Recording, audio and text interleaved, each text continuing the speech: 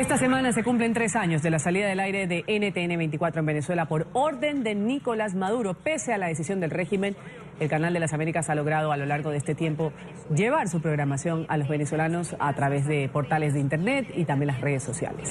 En medio del vacío informativo que se vive en el país, NTN 24 se ha convertido en una ventana para que tanto los venezolanos como el resto del mundo estén enterados de lo que ocurre y conozcan los reclamos que los ciudadanos hacen al régimen chavista.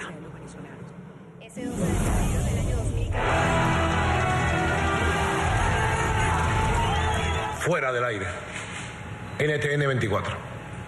Fue una decisión de Estado, para que lo sepan, pues.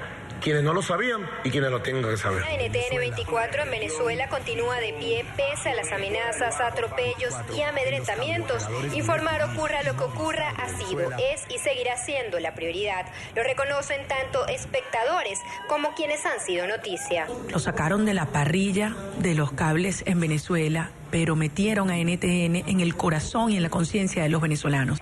Ese 12 de febrero del año 2014, NTN 24 fue el único medio en dar cobertura continua a las manifestaciones pacíficas estudiantiles que ocurrían en las calles del país, mientras las principales televisoras nacionales guardaron silencio informativo. En el 2014, cuando las protestas hubo muchísima censura, al final las actividades terminaron siendo dirigidas o coordinadas prácticamente por las redes sociales, pero es que incluso hasta eso lo han atacado. O sea, todavía hoy hay gente que está detenida, que está tras las rejas, simplemente por haber mandado un tuit con algo que tuvo alguna repercusión y el Ejecutivo no le gustó, y ahí no ha habido ni fiscalía, ni por orden de fiscalía, ni con presentación de pruebas. Cobertura que al régimen venezolano incomodó y rápidamente ordena sacar al canal de las cableras en Venezuela. Decisión gubernamental que es calificada como represiva y autoritaria y coloca en evidencia una vez más que en Venezuela el peso del poder está por encima de la ley. Eso es como la segunda vez que cerraron a Radio Caracas Televisión, que no dieron opción. Las cableras, por supuesto, preocupadas porque saben que es un gobierno represivo y que si no le hacían caso y tumbaban la señal de NTN 24, podía pasarles como había pasado 2 años antes con la de RCTV Internacional. Y entonces se pliegan sin hacer el más mínimo gesto en la lucha por la libertad de expresión.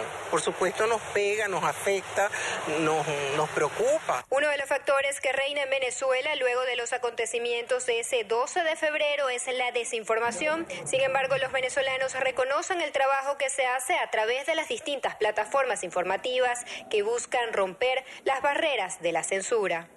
Que ustedes vuelvan al aire significa que la libertad de opinión adquiere un poquito más de buena dimensión y que el artículo 58 de nuestra Constitución se empieza a cumplir. El artículo 57 dice que toda persona tiene derecho a opinar siempre que argumente.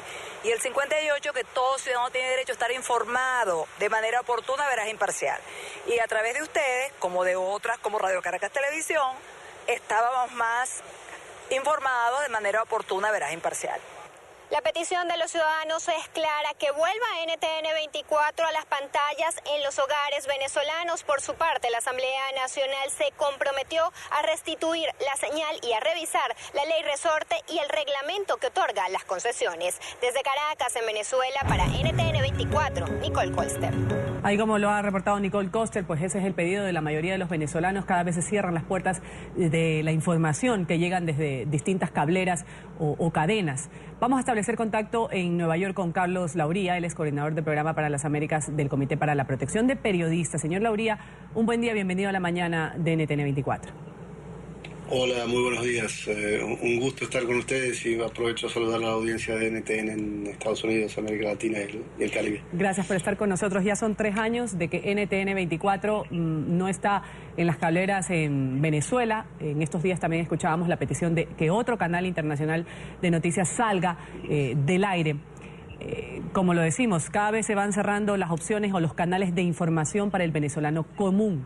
¿Cuál es el balance que usted da de la situación de libertad de expresión, la libertad de prensa en Venezuela? Bueno, la gestión del presidente Nicolás Maduro se ha caracterizado por un marcado deterioro de la libertad de prensa. La utilización de la justicia, los organismos de regulación para imponer censura y restricciones de todo tipo para el trabajo informativo. El tema es que la coyuntura política, marcada por las serias complicaciones económicas, la alta inflación, los temas sociales, la violencia y el crimen, requiere que los venezolanos estén informados, enterados de lo que está ocurriendo en el país.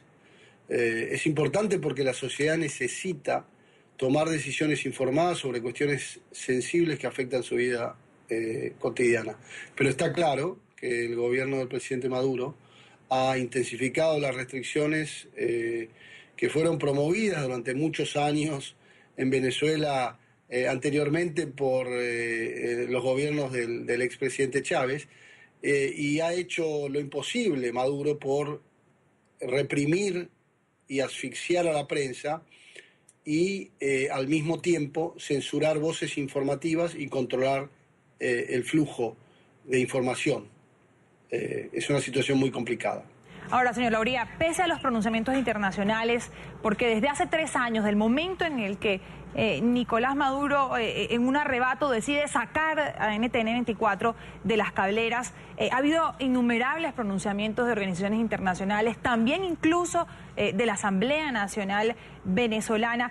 Pese a todo ello, la señal no ha podido regresar simplemente porque el régimen chavista no lo quiere, no lo ha permitido. Ahora, lo decía Ruth, esta semana comenzamos con una nueva amenaza sobre otra cadena internacional, sobre CNN. ¿Qué más puede hacer la comunidad internacional para luchar, para defender esas ventanas de información que los venezolanos tanto necesitan para conocer en realidad lo que está sucediendo? Porque incluso lo hablaba nuestra periodista en Caracas, Daniela Zambrano, con el tema de la denuncia hacia las sanciones hacia Tarek El Aissami, el vicepresidente. Había habido prácticamente un silencio total en los medios nacionales. De no ser por los canales internacionales, por el internet, los venezolanos no sabían nada de esto. Bueno, en primer lugar creo que es importante que reconocer que más allá del importante trabajo de las cadenas internacionales, de la prensa internacional, hay aún periodistas y medios en Venezuela que, si bien enfrentan todo tipo de restricciones, están haciendo esfuerzos importantes y trabajo informativo muy significativo y valiente para poder llevar información a los venezolanos. Claro que lo hacen en condiciones muy precarias y con todo tipo de obstáculos, ¿no? Pero aún, a pesar de las restricciones para el acceso a dólares que les permita comprar papel, hay diarios que están llevando información a la gente, y hay plataformas digitales, un número importante de plataformas digitales que están intentando volverse relevantes, pero están haciendo un trabajo muy importante. Creo que para la comunidad internacional lo importante es continuar con esta práctica de seguir informando, seguir llevando información a pesar de los abusos, a pesar de las violaciones sistemáticas.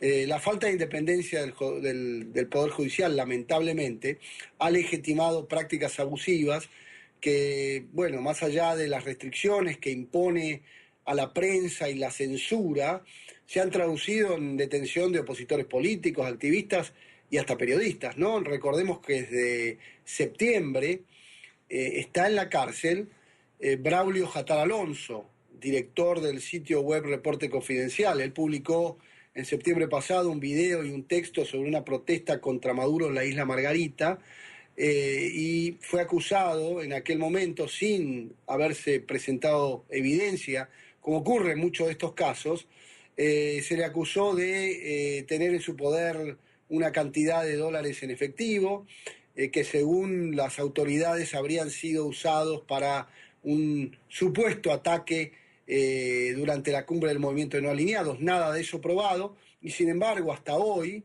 desde septiembre, este periodista sigue en la cárcel. Creo que esto ha sido denunciado en forma reiterada por las organizaciones de derechos humanos, tanto domésticas como a nivel internacional, pero el periodista sigue en la cárcel. Por eso creo que es fundamental que nuestro trabajo, así como también el de la prensa, se base en continuar este trabajo de información, porque es algo que los venezolanos necesitan de manera imperiosa. Vamos a agradecer estas reflexiones, opiniones que nos ha dado Carlos Lauría, coordinador del programa para las Américas del Comité para la Protección de Periodistas. Carlos, un buen día para ti, gracias por haber estado con nosotros aquí en la mañana. Buen día y muchas gracias a ustedes.